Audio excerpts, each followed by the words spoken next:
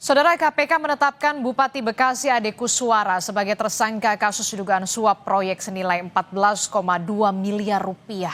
Dan mirisnya dalam kasus ini Ade Kussuara ditetapkan sebagai tersangka bersama sang ayah HM Kunang yang juga merupakan kepala desa. Tidak main-main saudara, HM Kunang berperan sebagai kurir penerima uang suap yang diberikan secara bertahap. Kita akan bahas soal ini bersama dengan peneliti Pusat Kajian Anti Korupsi Universitas Gadjah Mada. Sudah ada Mas Zainur Rohman melalui sambungan daring. Selamat pagi, Assalamualaikum Mas Zainur. Waalaikumsalam warahmatullahi wabarakatuh. Selamat pagi Mbak Adisti. Iya, ini kan miris sekali ya, begitu ya, seorang bupati, begitu ya, pucuk pimpinan dari Kabupaten Bekasi, Jawa Barat ini menjadi tersangka ditangkap dalam operasi tangkap tangan, bahkan bersama sang ayah yang merupakan kepala desa. Bahkan peran dari sang ayah menjadi kurir, begitu ya. Nah, bapak anak jadi tersangka dalam kasus korupsi. Bagaimana kemudian Anda melihat kasus ini? Apa yang salah di sini? Ya, sebenarnya rakyat sudah sangat lelah ya dengan korupsi yang dilakukan oleh para pejabat daerah. KPK bahkan kemarin hat-trick di tanggal 18 Desember 2025 melakukan 3 OTT dalam 1 hari. Artinya memang korupsi di daerah ini masih sangat merebak, sangat banyak terjadi di berbagai daerah dengan modus yang mirip-mirip. Yang pertama adalah jual beli paket pengadaan barang dan jasa, yang kedua biasanya adalah terkait dengan suap perizinan, yang ketiga biasanya pengisian jabatan publik, dan yang keempat adalah otak-atik di dalam penggunaan anggaran di daerah. Nah, yang menarik dari kasus Bekasi ini adalah adanya kolaborasi kejahatan dalam satu keluarga. Ada ayah yang harusnya memberikan contoh keteladanan, tetapi justru menjadi operator, menjadi pemain, menjadi pengepul dari korupsi yang dilakukan oleh anaknya. Tapi ini Mbak Adisti, ini tidak khas Bekasi. Kasus korupsi melibatkan keluarga itu sebenarnya sudah sangat banyak ya di Indonesia ya. Kalau kita ingat dulu di kasus Banten itu ada Ratu Atut ya dengan Wawan, itu adik kakak ya. Juga sebenarnya ada kasus-kasus lain ya, misalnya kasus di Sumatera, kasus di tempat-tempat lain, itu banyak yang kemudian kasusnya itu melibatkan keluarga. Keluarga. Bahkan untuk di tingkat pusat juga ada kan Mbak Menteri yang mantan Menteri Olahraga itu yang melibatkan saudaranya di dalam kasus korupsi. Jadi ini sebenarnya kita bisa melihat keluarga bekerja sama untuk mengeruk kekayaan ya dioperatori oleh orang yang sedang tidak menjabat, dengan harapan Mbak Adisti kalau sedang tidak menjabat itu tidak akan dipantau oleh KPK, tidak akan terjerat kasus hukum karena dia bukan pejabat. Tetapi kan KPK tidak hanya memantau pejabatnya, keluarganya juga dilihat. Ketika ada kesepakatan antara pejabat dengan keluarganya, mereka dijerat dengan pasal 55 sebagai pelaku penyerta. Mbak Adisti.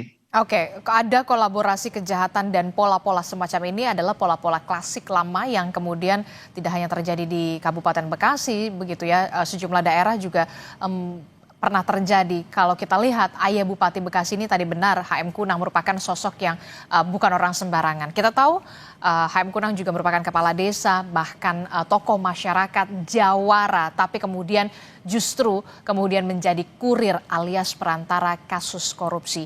Apakah kemudian kita melihat ada memang penyalahgunaan jabatan untuk memanfaatkan kepopulerannya untuk korupsi atau seperti apa? Atau kemudian memang ada yang salah dari sistem pilkada kita yang memang dalam tanda kutip ya memang biaya politik itu mahal dan harus balik modal? Ya, soal jawara-jawara ini juga pernah terjadi di kasus konteks di Banten ya, Mbak Adisti ya. Nah, kalau ditanya apakah kemudian dengan posisi kulturalnya yang kuat, seseorang kemudian menggunakan kewenangan yang dimiliki berdasarkan jabatannya itu secara menyimpang begitu ya. Ya itu bisa gitu ya. Jadi semakin tinggi posisi kulturalnya, ketika dia memegang posisi struktural, dia lebih abuse, lebih kuat potensinya untuk menyimpang karena kontrol yang lemah.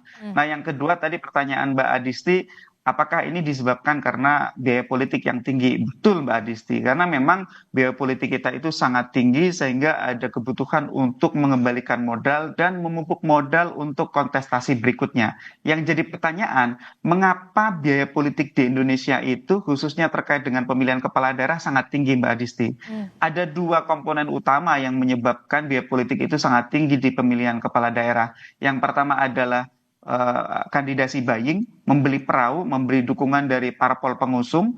Yang kedua adalah vote buying, membeli pemilih dalam bentuk serangan fajar. Hmm. Jadi ini ada peran serta parpol yang menyebabkan kenapa pilkada kita itu menjadi mahal, Mbak Adisti. Nah, sehingga ini tidak make sense ketika sekarang kemudian beberapa parpol memberikan usulan obat untuk mengatasi korupsi di daerah itu dengan pemilihan secara langsung oleh DPRD, bukan oleh rakyat gitu ya. Nah, itu kan apa penyakitnya dan apa obatnya itu kan tidak cocok. Yang yang menjadi penyebab atau penyakitnya itu kan sebenarnya adalah parpol itu sendiri. Kenapa kemudian kewenangan untuk memilih akan diberikan parpol yang duduk di kursi dewan? Apakah tidak akan semakin korup situasi kita gitu? Nah, yang ketiga Mbak Adisti yang menarik dari kasus Bekasi ini kan ijon Mbak Adisti. Jadi Ya. proyeknya itu belum ada ya, biar publik semakin jelas nih. Jadi belum ada proyeknya, tetapi paket-paketnya itu sudah dijual. Artinya nanti kalau ada lelang, ada apa namanya pengadaan barang dan jasa, itu semua hanya sandiwara Mbak Adisti. Pemenangnya itu sudah ditentukan jauh hari. Nah, kasus yang sama persis ada di Provinsi Sumatera Utara yang melibatkan Topan. Ketika itu Topan sebagai kepala dinas apa namanya PUPR itu mengajak Bobi Nasution, Gubernur Sumatera Utara untuk keliling-keliling meninjau calon proyek, mengajak kontraktor yang akan membeli ijonnya Mbak Adisti. Nah, di kasus Bekasi ini kontraktor itu bernama Sarjan. Sedangkan yang kemudian mengatur proyeknya ini adalah HM Kunang, ayah dari Ade Kuswara Kunang, Bupati Bekasi. Di kasus Sumatera Utara itu yang kena hanya kepala dinas PUPR-nya. Di kasus Bekasi ini kena semua Mbak Adisti. Sarjan sebagai kontraktor kena, HM Kunang sebagai pengatur proyek kena, Ade Kuswara sebagai bupati juga kena. Jadi proyeknya belum ada. Kemungkinan ini adalah nanti untuk proyek tahun 2026 Mbak Adisti. Oke, kalau kita lihat berarti kan ini kan untuk proyek itu kan sebenarnya semuanya harusnya sudah berbasis elektronik begitu ya, lelangnya begitu ya, tender lelang untuk bisa menutup adanya celah-celah nepotisme di sana sebenarnya apa namanya cita-citanya, tapi kemudian ini menjadi ilusi sistem elektronik dan manusia yang ada di balik layar, jadi man behind the screen begitu ya. Nah, apa yang perlu dicermati dari ini? Kalau kita lihat memang sebenarnya aturannya sudah jelas, kalau ada tender lelang dan segala macam proyeknya ini sesuai dengan elektronik begitu ya, semuanya tidak bisa untuk menutup celah nepotisme, tapi ternyata ini tidak berarti begitu ya, ini buktinya ada ijon proyek. Ya, elektronik itu kan hanya salah satu cara ya. Tapi ternyata semua masih bisa dimainkan, Mbak Adisti. Bahkan ya, permainan mengintervensi sistem elektronik itu juga terjadi di berbagai kasus yang sudah pernah disidangkan terkait dengan tindak pidana korupsi. Peran dari pejabat itu masih sangat besar untuk menentukan siapa yang dimenangkan di dalam lelang tersebut. Nah, nanti biasanya ketika itu sudah di set up sejak awal, yang ikut lelang pun Mbak Adisti itu sudah diatur sedemikian rupa. Misalnya ada 10 peserta lelang. Sebenarnya dari 10 peserta lelang tersebut semuanya sudah sering terhubung. Siapapun yang akan dimenangkan sebenarnya mereka bisa satu pemilik dengan berbagai bendera atau mereka sudah arisan Mbak Adisti. Biasanya kalau yang akan dimenangkan itu akan mengajukan harga penawaran paling menarik, paling rendah. Sedangkan yang lain-lain itu nanti akan menawar dengan harga yang sangat tinggi sehingga akan dikalahkan. Atau syarat-syaratnya Mbak Adisti yang memang sengaja tidak akan dimenangkan itu syarat-syaratnya itu ada yang tidak dipenuhi. Ataupun kalau memang ada satu orang luar yang tiba-tiba masuk di luar gerombolan itu nanti akan ada syarat-syarat yang dianggap tidak memenuhi ketentuan sehingga akan dikalahkan. Jadi pengaturan di dalam lelang itu sudah merupakan permainan yang sangat biasa di birokrasi kita gitu ya. Semua sangat mudah untuk dimainkan dan ini ada peran penting dari ULP ya, unit layanan pengadaan atau UKPBJ, di mana seharusnya mereka itu bekerja secara independen, tetapi pada praktiknya mereka masih sangat tunduk dan patuh kepada keputusan dari pimpinannya, khususnya adalah kepala Kepala daerah. daerahnya. Nah, kepala daerah itu mengkapling-kapling proyek ABC untuk si X, proyek DEF untuk Y, dan seterusnya. Dan masing-masing ada harganya Mbak Adisti, biasanya antara 7 sampai 15%. Itu di luar nanti mereka sendiri di antara sesama penyedia barang dan jasa akan arisan, akan mengatur kesepakatan. Kemudian biasanya yang membeli seperti proyek ijon ini Mbak Adisti, itu mereka itu bukan pelaksananya. Nanti sama pengijon ini akan dijual kepada perusahaan-perusahaan yang real sebagai pelaksana atau biasanya adalah subkontraktor itu. Jadi orang hanya jualan kertas itu bisa dapat keuntungan yang sangat besar ketika mereka punya akses kepada kepala daerah. Mbak Adisti. Oke, jadi apapun sebenarnya mekanismenya, aturannya sebagaimanapun untuk menutup celah-celah itu kalau bukan dari pucuk pimpinannya yang bersih ya sama saja begitu ya.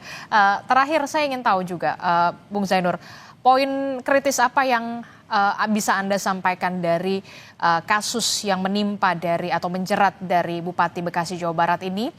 Termasuk juga yang melibatkan sang ayah yang kita tahu merupakan kepala desa, bahkan juga jawara, tokoh masyarakat, dan tentu saja ini harus menjadi alert yang keras sekali untuk kepala daerah. Ya, Indonesia harus melakukan perubahan di dalam sistem politiknya, termasuk di dalam penyelenggaraan pemilihan kepala daerah.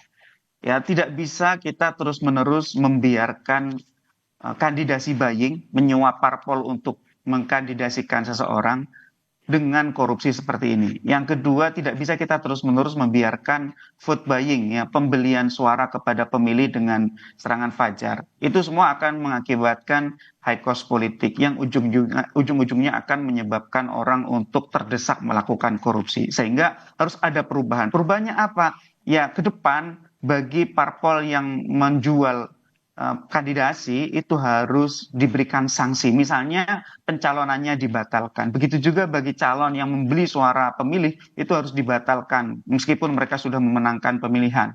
Yang kedua, saya pikir perlu ada perbaikan di dalam pengawasan ya oleh DPRD, oleh inspektorat. Inspektorat di daerah Mbak Adisti sangat tidak berdaya ketika menghadapi perilaku buruk dari pimpinannya yaitu kepala daerah. Perlu perubahan kelembagaan. Misalnya, inspektorat di daerah tidak dipilih dan tidak bertanggung jawab kepada kepala daerahnya, tetapi bertanggung jawab misalnya kepada Menteri Dalam Negeri. Yang ketiga, menurut saya yang sangat penting adalah juga pentingnya dari sisi kebudayaan. Ya, harusnya budaya itu menjadi benteng dari korupsi. Harusnya termasuk keluarga itu menjadi benteng dari korupsi. Keluarga itu harus mengingatkan kalau ada keluarganya yang menjadi pejabat, ingatkan mereka untuk tidak korupsi, bukan menjadi aktor, bukan menjadi perantara dari korupsi itu sendiri. Jadi memang ini Indonesia perlu perubahan mendasar terkait dengan sistem politiknya, juga bagaimana harusnya budaya punya peran serta dalam pencegahan korupsi. Tanpa itu akan terus terulang Mbak Adisti, ke depan KPK masih akan ada lagi OTT terhadap kepala daerah, yang itu tentu akan semakin membuat rakyat sedih ya. Mereka semua kan kepala daerah ini dipilih dengan dana yang besar Mbak Adisti di dalam pemilihan kepala daerah, pemilu kada, tapi ternyata ujung-ujungnya mereka mengenakan rompi oranye di KPK. Sangat menyedihkan. Nah, sangat menyedihkan dan juga sangat miris begitu ya, yang memang seharusnya menjadi contoh begitu ya kepala daerah. Nah, terakhir, itu kan tadi soal bagaimana perubahan sistem politik. Tapi kemudian apa yang harus menjadi pembelajaran juga bagi kita masyarakat untuk bisa jeli melihat bagaimana pemimpin yang benar-benar kompeten, punya kapabilitas dan juga punya integritas untuk memimpin wilayah kita masing-masing.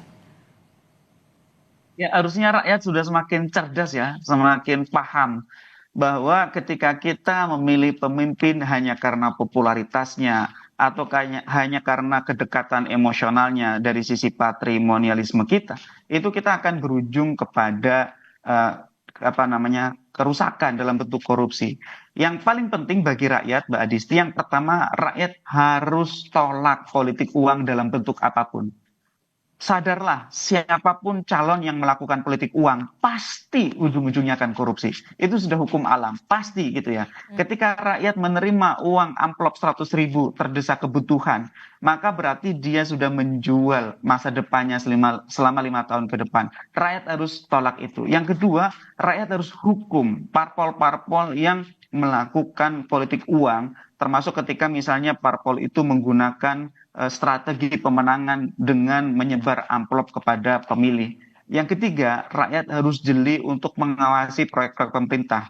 Ketika ada banyak proyek pemerintah yang janggal, maka rakyat harus lapor, termasuk melaporkannya kepada aparat penegak hukum seperti KPK yang semua salurannya sudah terbuka. Dengan partisipasi rakyat, maka pejabat tidak akan mudah melakukan korupsi. Semakin banyak laporan, artinya ada masalah. Ketika ada masalah seperti itu, aparat penegak hukum akan turun untuk melakukan investigasi, untuk melakukan audit. Apakah betul ketika ada banyak laporan seperti itu terjadi dugaan penyimpangan? Biasanya semakin banyak laporan, maka betul ada kejanggalan di dalam proyek itu sehingga aparat penegak hukum akan menelisik lebih jauh dan menerjunkan tim untuk memastikan bahwa proyek itu bisa dikawal dengan benar. Kalau ada korupsinya bisa ditindaklanjuti dalam bentuk penindakan dengan melakukan penyelidikan dan penyidikan dan berujung kepada OTT. Mbak Adisti. Oke, baik. Terima kasih peneliti Pusat Kajian Anti Korupsi Universitas Gadjah Mada,